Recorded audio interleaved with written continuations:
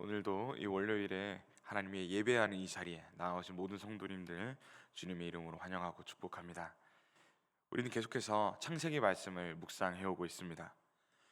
지난 주일에 방주를 만들고 타라는 하나님의 말씀에 명령에 순종한 노아는 이제 홍수 심판에서 건짐을 받았습니다. 그리고 오늘 말씀에서 하나님께서는 그런 그와 그 후손들에게 복을 주시고 언약을 세우십니다. 오늘 그 말씀에 대해서 함께 살펴보겠습니다. 첫 번째로 하나님의 복입니다. 노아는 방주에서 나와서 먼저 하나님께 번제를 드렸습니다. 홍수 이후에 감사와 헌신의 마음으로 드리는 첫 예배입니다. 이를 받으시고 하나님은 그들에게 복을 주셨습니다. 1절부터 노아와 그 아들들에게 복을 주시며 생육하고 번성하여 땅에 충만하라는 명령이자 하나님의 복을 내리십니다. 그리고 모든 피조물들이 너희를 두려워함으로 그들의 손에 붙여서 맡겨 주십니다. 이 복이 처음 보는 것 같지 않고 괜히 익숙하지 않으십니까? 이 복은 노아를 향한 하나님의 복은 아담과 하와에게 주신 하나님의 말씀의 확장판이라고 볼 수 있습니다. 우리 함께 앞에 뜨는 창세기 1장 28절과 29절을 읽도록 하겠습니다. 시작. 하나님이 그들에게 복을 주시며 하나님이 그들에게 이르시되 생육하고 번성하여 땅에 충만하라. 땅을 정복하라. 바다의 물고기와 하늘의 새와 땅에 움직이는 모든 생물을 다스리라 하시니라. 하나님이 이르시되 내가 온 지면에 씨 맺는 모든 채소와 씨 가진 열매 맺는 모든 나무를 너희에게 주노니. 아멘. 하나님께서 아담과 하와에게 주신 명령이 또 그 복이 9장의 말씀에서 확장이 되고 있습니다. 이는 곧 홍수 심판 이후 세상을 향한 새 창조 질서입니다. 또 동시에 알 수 있는 것은 무엇입니까? 하나님의 생각과 마음은, 인간을 향한 생각과 마음은 변하지 않으셨다는 것입니다. 홍수 이전에도 또 죄로 인해 홍수 심판을 하신 이후에도 우리를 향한, 인간을 향한 하나님의 사랑은 변하지 않으셨다는 것입니다. 상황이 달라졌을 뿐 세상의 왕으로서, 대리 통치자로서 세상을 맡기신 것은 변하지 않았습니다. 그리고 지금도 또한 하나님은 변치 않으신 줄 믿습니다. 각자의 자리에서 우리에게 맡겨진 것에 충성하며 잘 다스려 나가며 하나님께 영광 돌리는 저와 성도님들 되시기를 축복합니다. 두 번째로, 이제 하나님은 육식을 허락하십니다. 3절에서 산 동물이 먹을 것이 될 것이라 말씀하시며, 이전에는 채소를 주신 것과 같이, 음식으로 채소를 주신 것과 같이 이제는 고기를 먹도록 허락해 주셨다라는 것입니다. 다만 말씀을 우리가 보다 보면 육식을 허락해 주시기 전에도 고기를 먹었을 가능성이 있겠다라고 우리가 생각을 할 수가 있습니다. 왜냐하면 아담과 하와에게 가죽옷을 입히셨고 또 양을 잡음으로써 제사를 드리고 가축을 기르는 직업이 있었기 때문에 그들이 고기를 먹었을 수도 있겠다라고 추론을 해볼 수가 있습니다. 그렇다면 하나님께서 이 육식을 공식적으로 허용하신 이유는 무엇일까요? 바로 인류가 홍수 이전의 무질서와 폭력의 사회로 돌아가는 것을 막기 위한, 돌아가지 않게끔 하기 위한 하나님의 조치였습니다. 홍수 이전의 사회는 어떠했습니까? 죄악이 세상에 가득했고 온 땅이 하나님 앞에 부패하여서 포악함이, 폭력만이 가득했습니다. 하나님께서 이를 두고 마음에 근심하셨다라고 성경에 표현하실 정도였습니다. 그래서 하나님은 4절 말씀에서 육식을 허용하심과 동시에 무엇을 금지하셨습니까? 피가 있는 채로 먹는 것을 금지하셨습니다. 이는 당시의 피가 제사에서 속죄와 구원의 도구로 사용되었기 때문에 함부로 다루거나 먹지 않았기 때문입니다. 더 나아가서 생명 그 자체로 여겨지는 피를 소중히 함으로 사람이 짐승을 넘어서서 사람의 피를 흘리지 않게 하기를 바라셨습니다. 왜냐하면 하나님의 형상대로 지어진 것이 바로 사람이기 때문입니다. 사랑하는 성도님들, 사실 우리는 이렇게 피를 생명으로 여기고 피째 먹지 않고 이러한 더 이상 이런 이식법을 지킬 필요가 없습니다. 왜냐하면 우리는 예수 그리스도의 보혈의 피로 그 보혈의 구속을 통해서 우리가 구원받았기 때문에 이러한 의식법을 이제는 지킬 필요가 없게 되었습니다.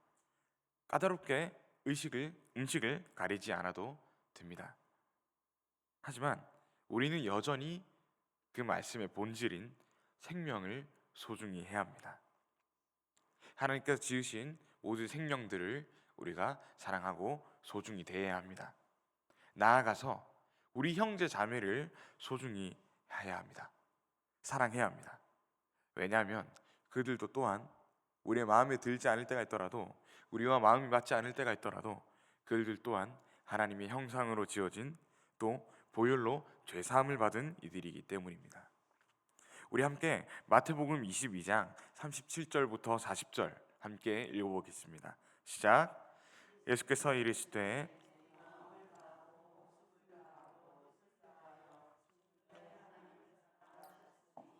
이것이 크고 첫째 되는 계명이요 둘째도 그와 같으니 네 이웃을 내 자신같이 사랑하라 하셨으니 이 두 계명이 온 율법과 선지자의 강령이니라.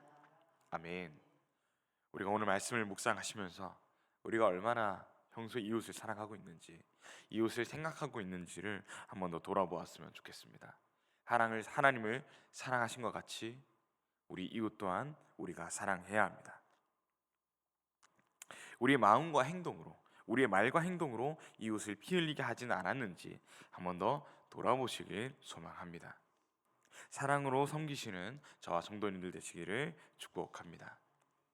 마지막으로 하나님은 새 인류와 피조물 전체를 향한 언약을 세우십니다.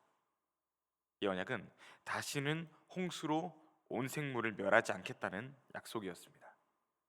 그리고 이를 위해서 무엇을 증표로 삼으십니까? 무지개를 그 언약의 증표로 삼으셨습니다. 하나님께서는 그 무지개를 보실 때, 구름을 내리신 다음에 무지개가 뜰 때마다 하나님이 그 무지개를 보시고 피조물과 세우신 언약을 기억하시겠다라고 말씀하셨습니다. 피조물과 세우신 언약을 기억하시겠다라는 것은 곧 그 언약을 하나님께서 때로는 잊고 계시다라는 말이 아니라 그 언약에 대해서 하나님이 언제나 무관심하지 않으신다라는 것입니다. 변하지 않으시는 하나님의 신실하심을 의미하는 것입니다.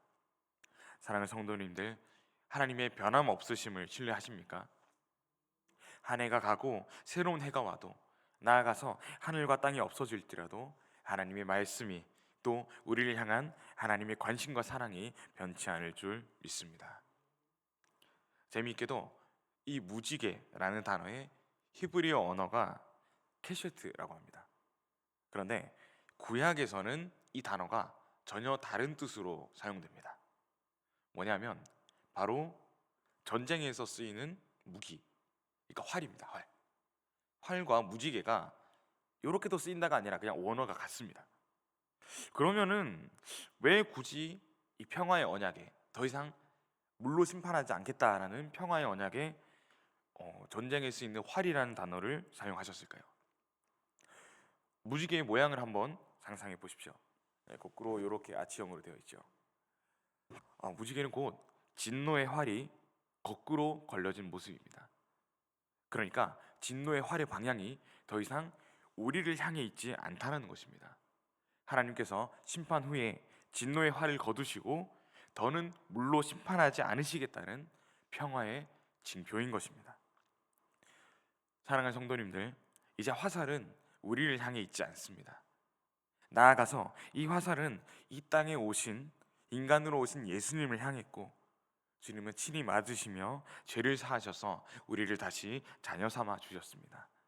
그래서 이 말씀을 묵상하실 때, 더 이상 우리에게 물의 심판이 향해 있지 않구나, 이것으로 끝나지 마시고 나아가서 예수 그리스도의 십자가를 묵상하시는 성도님들 되시기를 축복합니다.